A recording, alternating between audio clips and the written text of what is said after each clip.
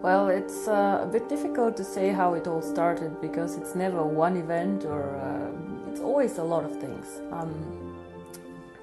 There are two things how it all started. One is cryptocurrency. I was always very, very interested in cryptocurrency, and I was working with McKinsey, and I was doing their very traditional and very big sector, banking and insurance.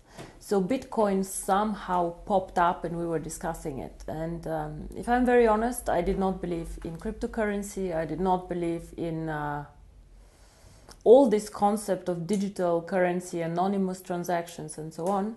But I still was following Bitcoin. And it got more and more successful, and it got more and more interesting. So in 2013, beginning of 2014, I was thinking about cryptocurrency, but I was also thinking a bit how to bring cryptocurrency to the next level, actually. Bitcoin has a lot of good things. It is the pioneer. Without Bitcoin, without their blockchain, without the idea, we all will not be here. But they have several things. One is Bitcoin is not a coin for everyone. It is has its own usages, and it is the right coin for some people, but not for everyone. For example, a lot of people are attracted who are more speculators because the price goes up and down quite a lot.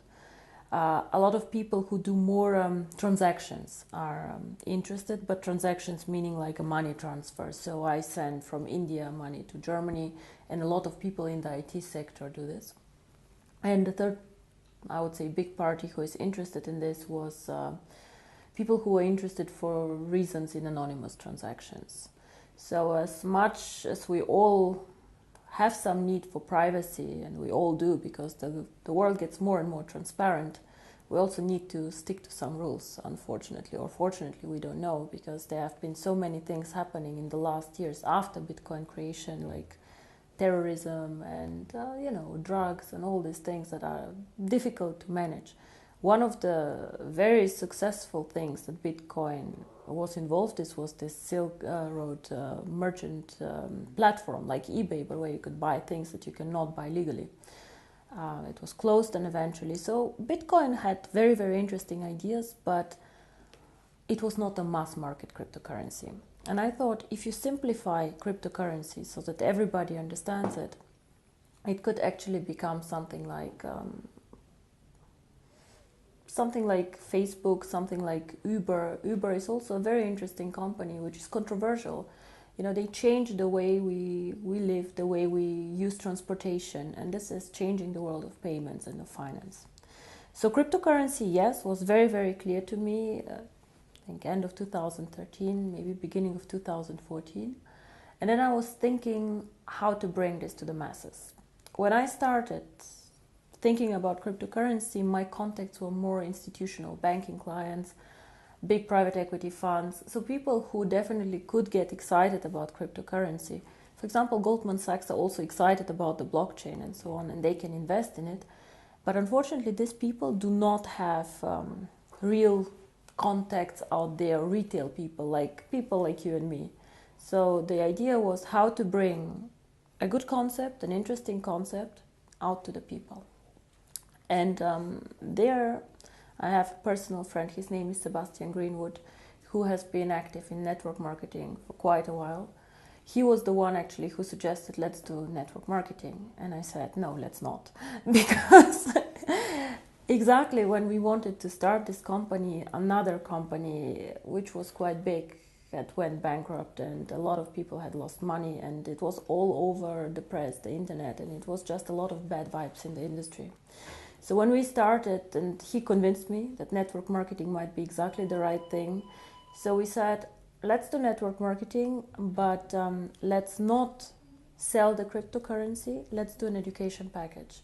There's definitely a lot of need for education, especially also in developing markets on finance, personal finance, and a lot of people who want to be successful but somehow still do not know why and how to do this.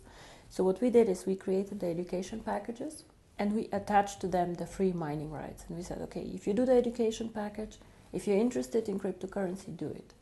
Even today, not all of our people mine the coin. Some of them just do the education package. And this is actually how it all started.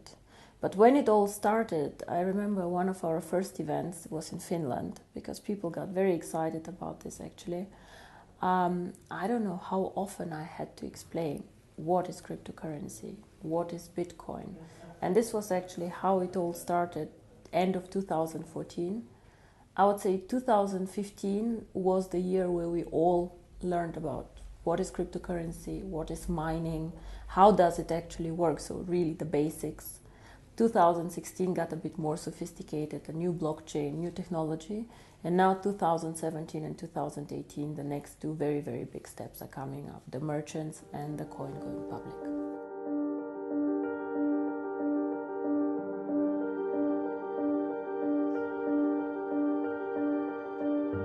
If you go to websites like CoinMarket or whatever, you will see that there are a lot of cryptocurrency out there. Nobody can say how many actually. It can be 400 or 500, we just don't know. So in my opinion, however, there are maybe 3 or 4 really big ones who are trying to be big, who are trying to find a niche and who are trying to do some work.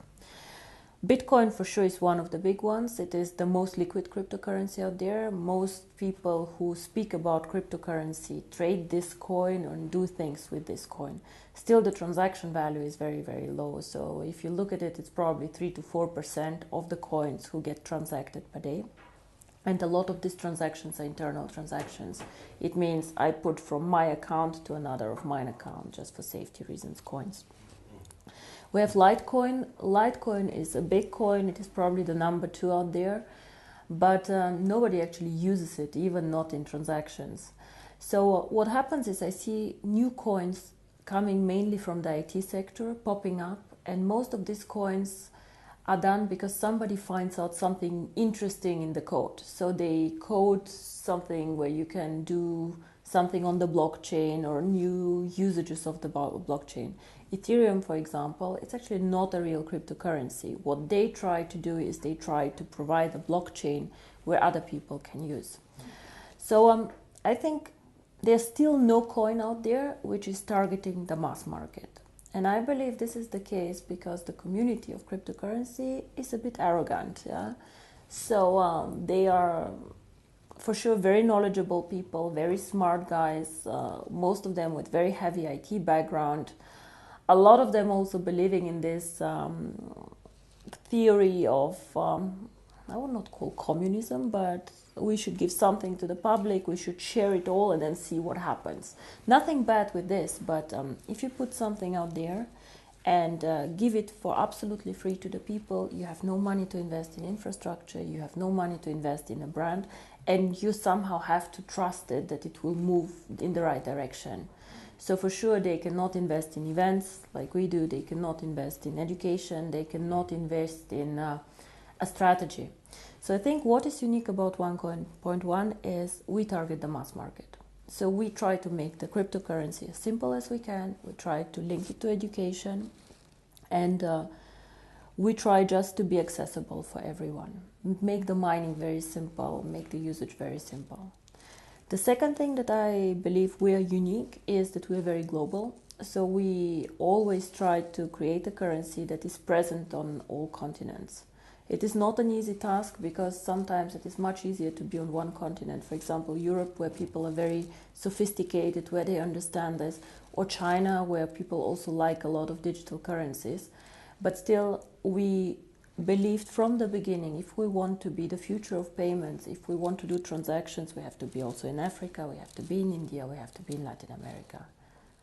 So this is very, very important for us. And the third thing that I believe is very, very important is we are one of the few cryptocurrencies that focus on usage. And I don't mean usage of the blockchain like others, like Ethereum, but I mean usage by people. Because cryptocurrency itself has no real value. It is just an algorithm, it is just a digital number that you have. Unless you put something behind. Something can be a brand, but something can be also the usability. What we want to do with OneCoin is we would like to be the first choice for merchants. We want to create something like PayPal, saying it very, very simply, but in the cryptocurrency world. And we all know how simple PayPal goes. You just press a button and you send from A to B money. For the merchant, it's quite expensive, but it's very simple. You join a big network and you just can take money in from all over the world. I can send money to Australia today if I decide to, and it's very, very simple. So for us, this is also why we did the changes on the blockchain. We decided to make it a very fast blockchain, so it runs every minute. In average, this means that every 30 seconds your transaction gets approved, because you do not, you join within the block running. And it is as fast as Visa and MasterCard do transactions. I believe that this is also something very, very unique. I have not seen any cryptocurrency focusing the strategy on merchants. Most of them are speculator currencies, and whenever you have high volatility, it means the price going up and down very, very quickly and fast. It is bad for you as a merchant. Why? Because you want to take the money that you want. You want to sell a service for €100. So you would like tomorrow to have the €100 too, and not to have €90, 110. Of course, you're happy if you have the 110, but it can go both ways. So as a merchant, you want to be sure you will receive what you advertised as a price, and this happens only if the cryptocurrency does not move too fast and too much.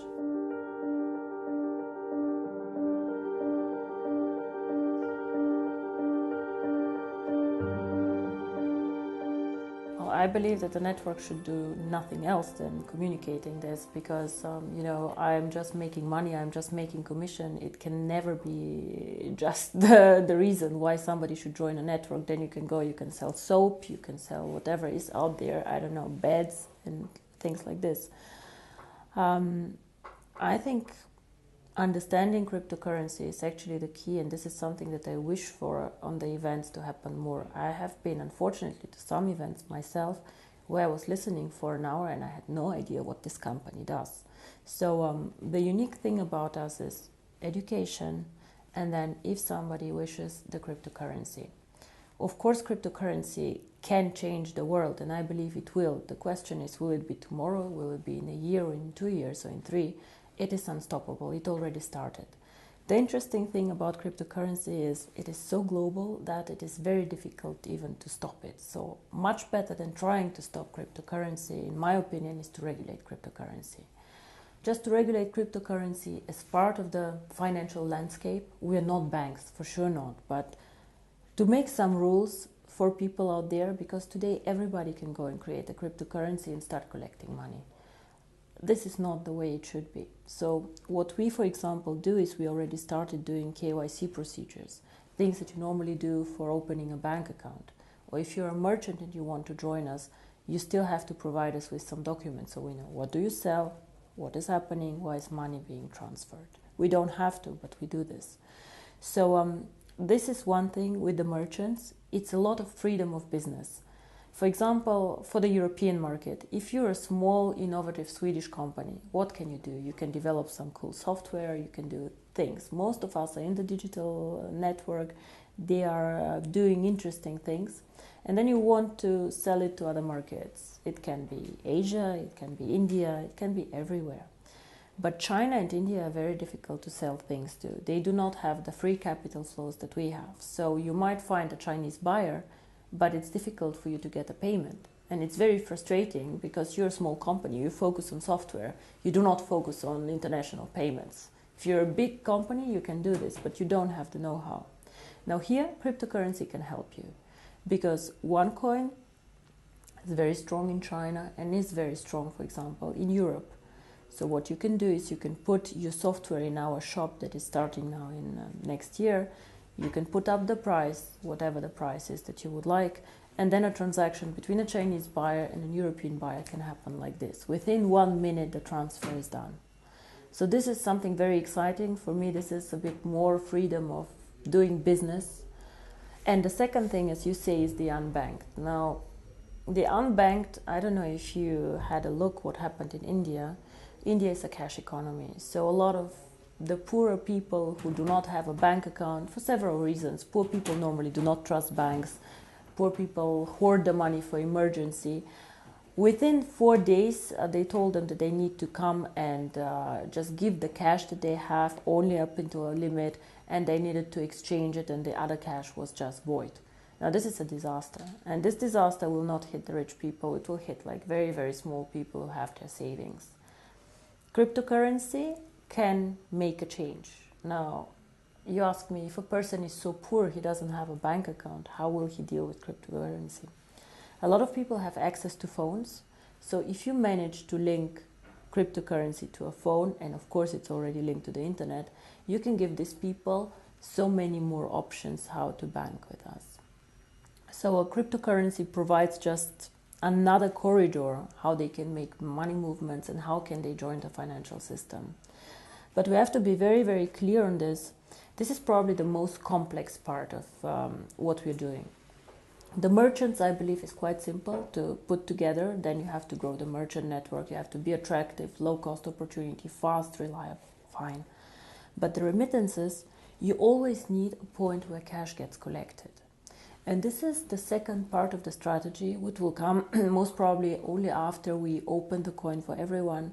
You need to make sure that there are points where you can make the virtual currency real. So where cash can come in that people have, they can send somewhere, and then they can get the cash and go to the supermarket and spend it.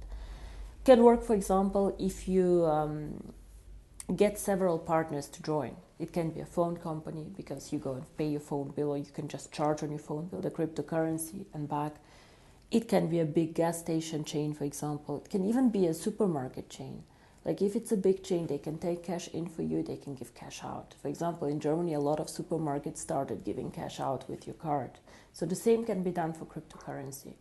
You just need to find a lot of points and a lot of partners, again, a network, where they support the idea of cryptocurrency. And to be honest, I believe that this will happen because banks currently have a monopoly on many things, and they do not treat some of their clients in a good way. So I believe that the second system, a financial system, will be created and somehow will happen. How fast, I cannot tell you, but there's always this tipping point theory. Things start, grow, at one point of time, they just reach a point where it just gets inevitable and just like goes out.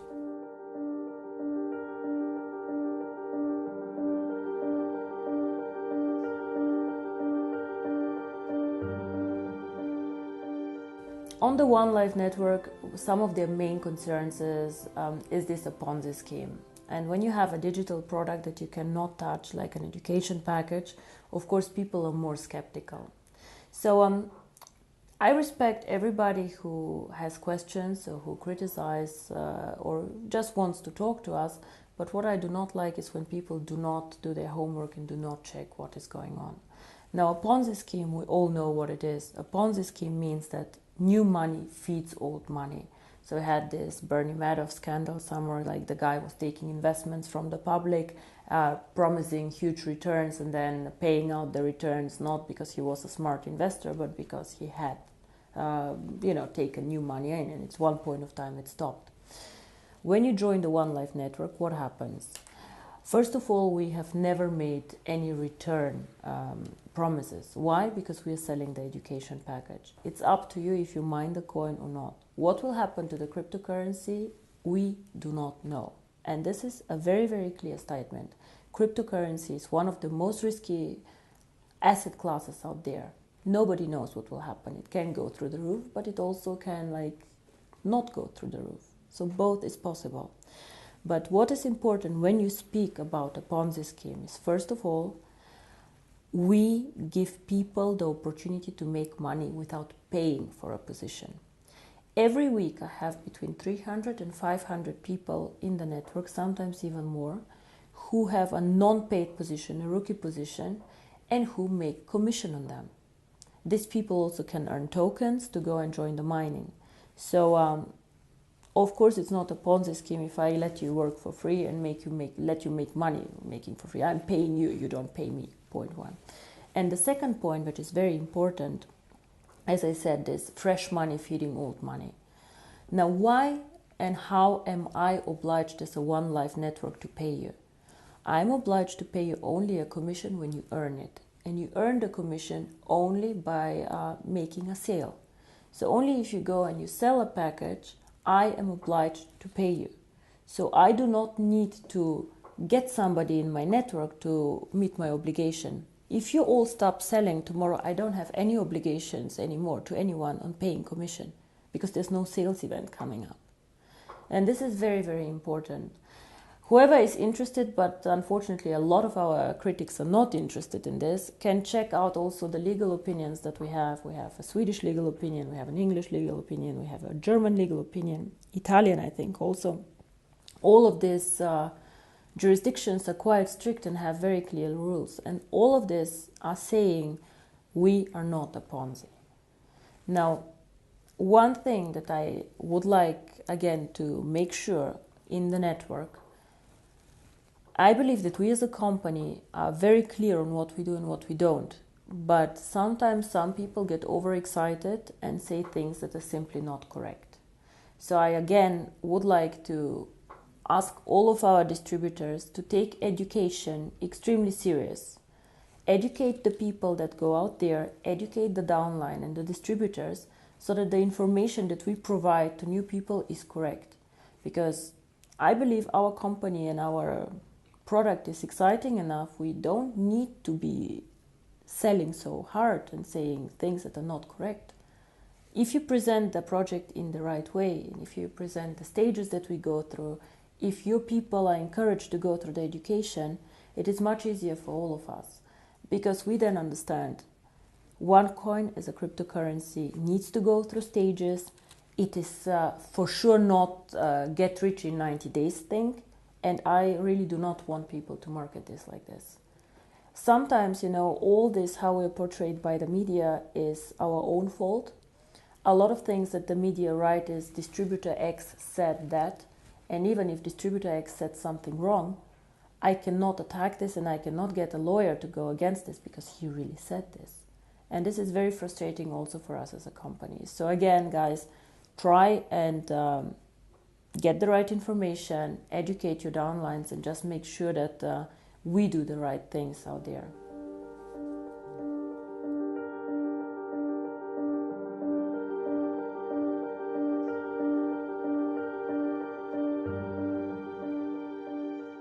So we had 2 very exciting years.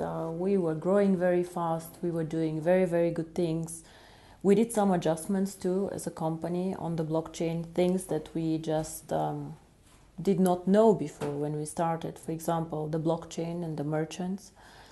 Now, the best, I think, is yet to come, and the most exciting part is coming now, because now we have to move from just mining the coin into usability of the coin.